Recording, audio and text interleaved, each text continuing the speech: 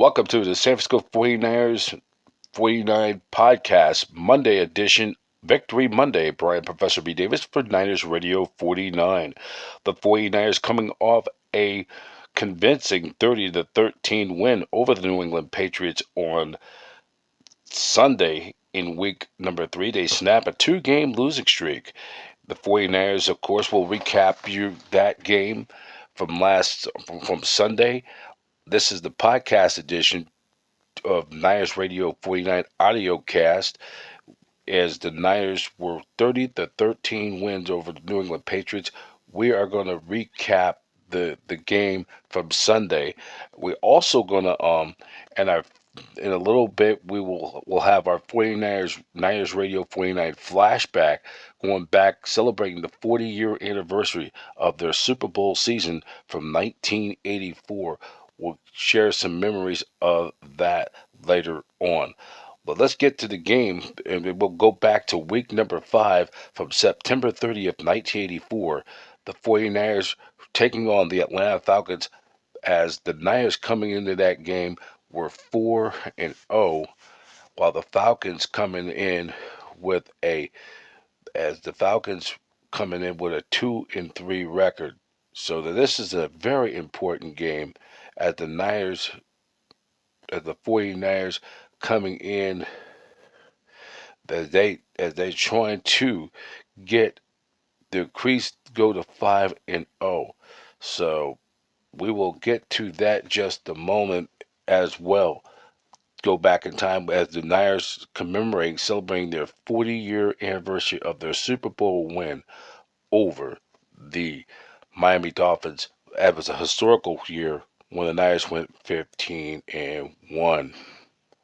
So let's get back into the of the highlights for the 49ers against the New England Patriots on Sunday, I should say, as we're doing this podcast audio, pre-recorded audio version. So we take it back into the first quarter. It was the 49ers taking on the. So we'll take a look back at the first quarter. It was Jake Moody. He hit a pair of field goals that put San Francisco up 3-0 and 6-0 in the first quarter. Then in the second quarter, Fred Warner had a big day, a pick six 45-yard return for a touchdown that increased San Francisco's lead to 13-0. Then Brock Purdy connected with George Kittle on a 12-yard touchdown pass that made it 20-0. The Patriots were able to get back in the game, get to points 20-3 at halftime on Joey Sly 63-yard field goal with 38 seconds left to play in the first half. Then it was the Niners got the ball to start the second half. Unfortunately, Isaac Guerrero's fumble, and the Patriots picked up the possession. And then deep into San Francisco's territory, Jacoby Brissett hooked up with Hooper for a 5-yard touchdown and made it 20-10 Niners over the Patriots. Then the Niners responded as they went down the field. Jordan Mason's 4-yard touchdown run. The Niners 4 plays, 70 yards within a minute and 57 seconds. Increased their lead to get that touchdown back 27-10. And in the fourth quarter, Slough hit his field goal, made it 27-13, and then Moody hit a 41-yard field goal. Niners win it 30-13. So let's take a look of the final Week 3 game with the box scores. We take a look at the final totals as we're just waiting for this to come on up. 49ers dominated in the team statistics, 431 total yards of offense. The Niners held the Patriots to 216. The Niners were penalized 6 times for penalties, the Patriots 3. And then time of possession, Niners 31 minutes, 35 seconds, the Patriots 28 minutes and 25 seconds. And then Purdy's final numbers, he was 15 of 27 for 288 yards, a touchdown to an interception. Brissett 19 of 32, 168 yards, 1 touchdown. Jordan Mason, 24 carries, 123 yards. He had a 25-yard gain.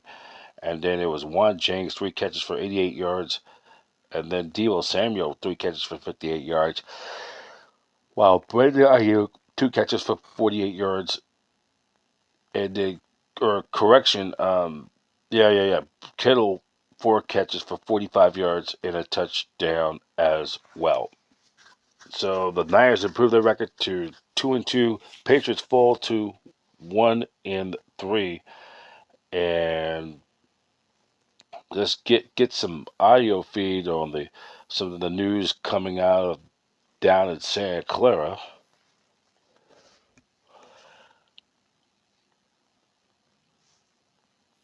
So Fred Warner, he'll be day to day with his ankle injury. Practice window for Pearsall. There's an update on that, and let's hear from.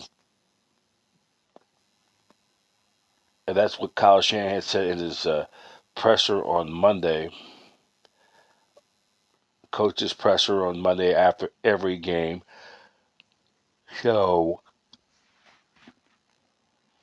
So it appears the San Francisco 49ers avoided major injuries coming off their win over the Patriots on Sunday in Week 4. By the end of the game, a total of 6 players had suffered sort of an injury Sunday afternoon. That the group will begin a week with a day-to-day prognosis.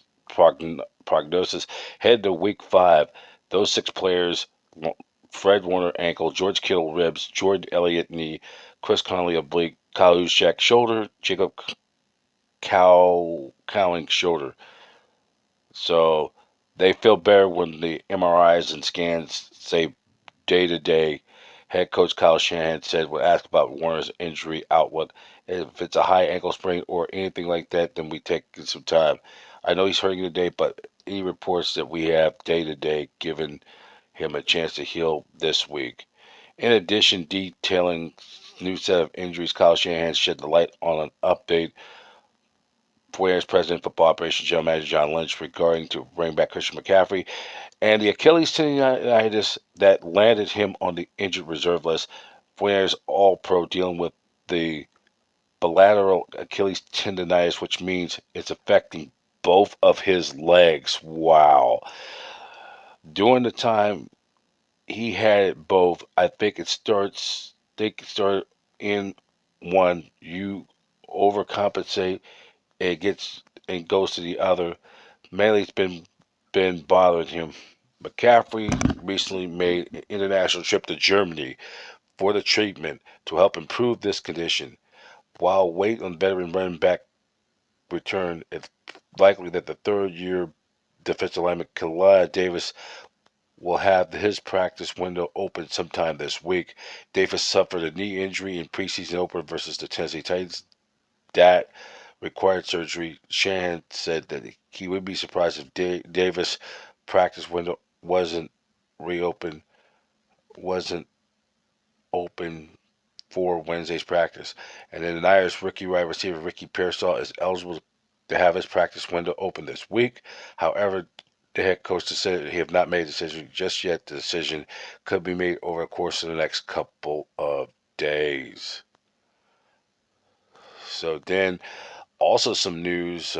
Jordan Mason has been nominated for the FedEx Air Ground Player for the week 4. 49ers running back Jordan Mason nominated for the FedEx Air Ground Player of the week 4, after logging 24 carries for 123 yards and a touchdown in the Niners' convincing win over the Patriots.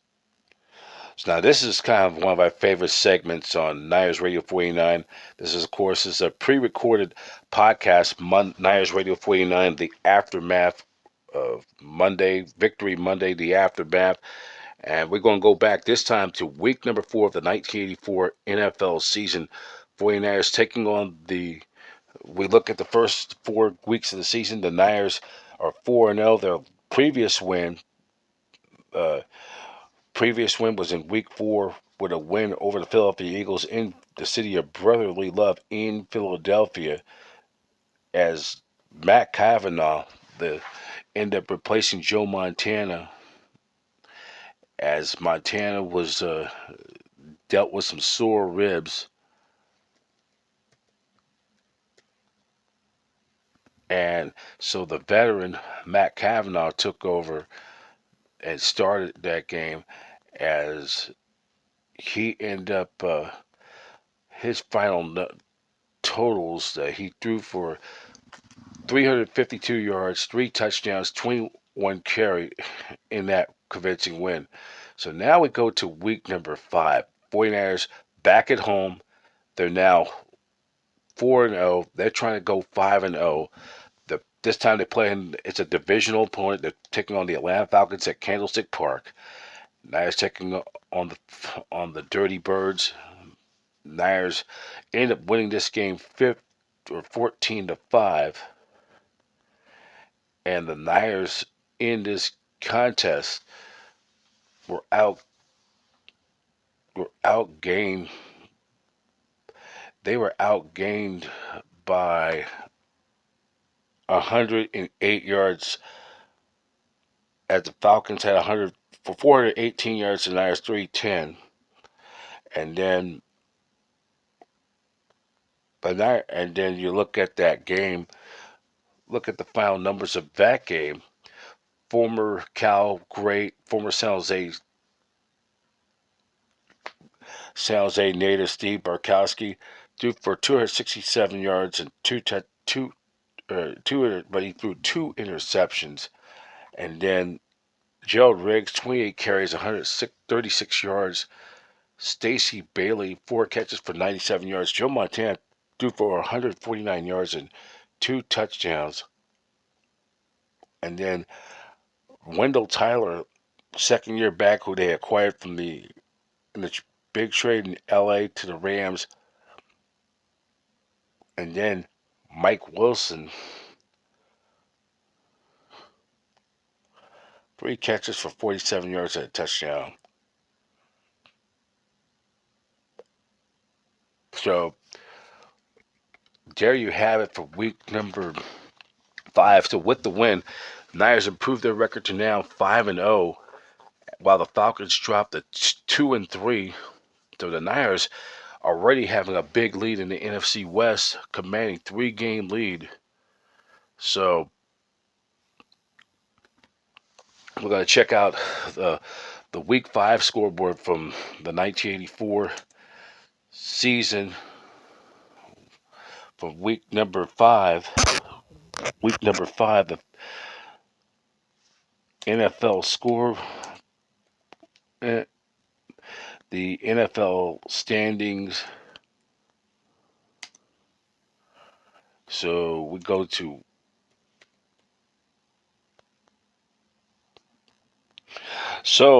a recap of week number 5 of the NFL season.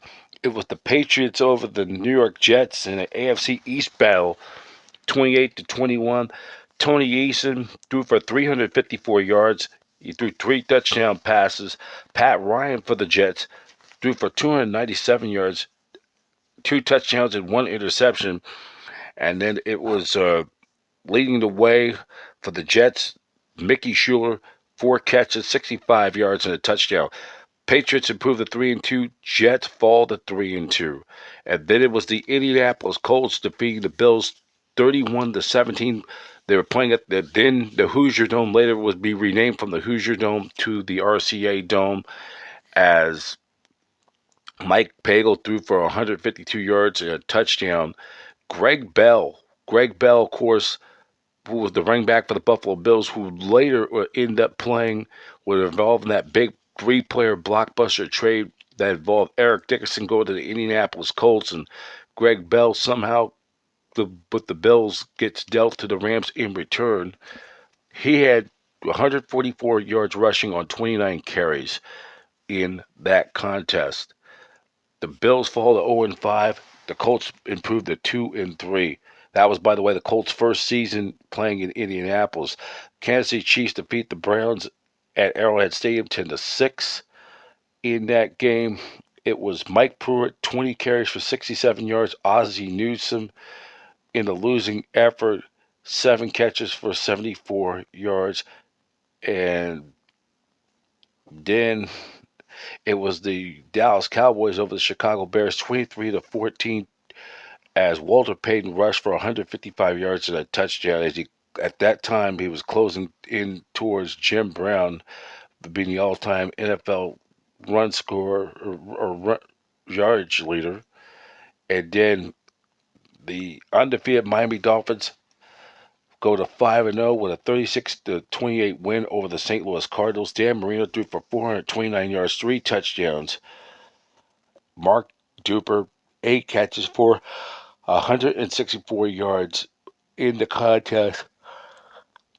And then Neil Lomax threw for 308 yards in a touchdown in a losing effort. Stump Mitchell led the Cardinals with 20 carries, 109 yards, and 2 rushing touchdowns. Then it was the Seattle Seahawks. This is when they reside in the AFC West.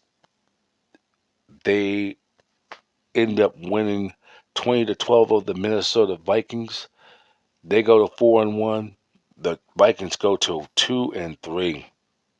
And then it was the LA Rams over the Giants 33-12, as in that game Eric Dickerson 22 carries for 120 yards. And then also some other late games.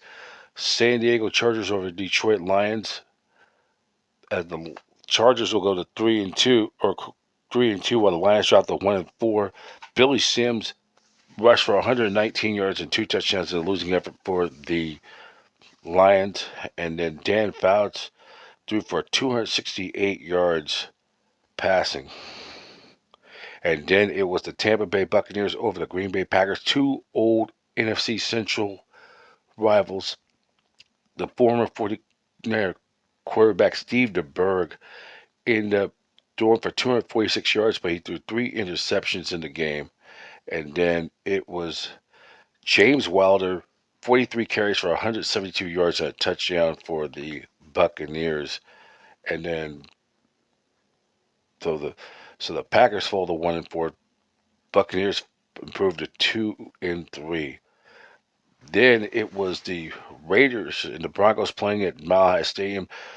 The Broncos hand the Raiders, the defending Super Bowl champion Raiders, their first loss of the season with a 16-13 win. And Jim Plunkett threw for 220 yards, 2 interceptions, and a touchdown. And another Stanford alumnus, John Elway, threw for 139 yards. Marcus Allen, 13 carries, 66 yards. Sammy Winder for the Broncos, 16 carries, 91 yards.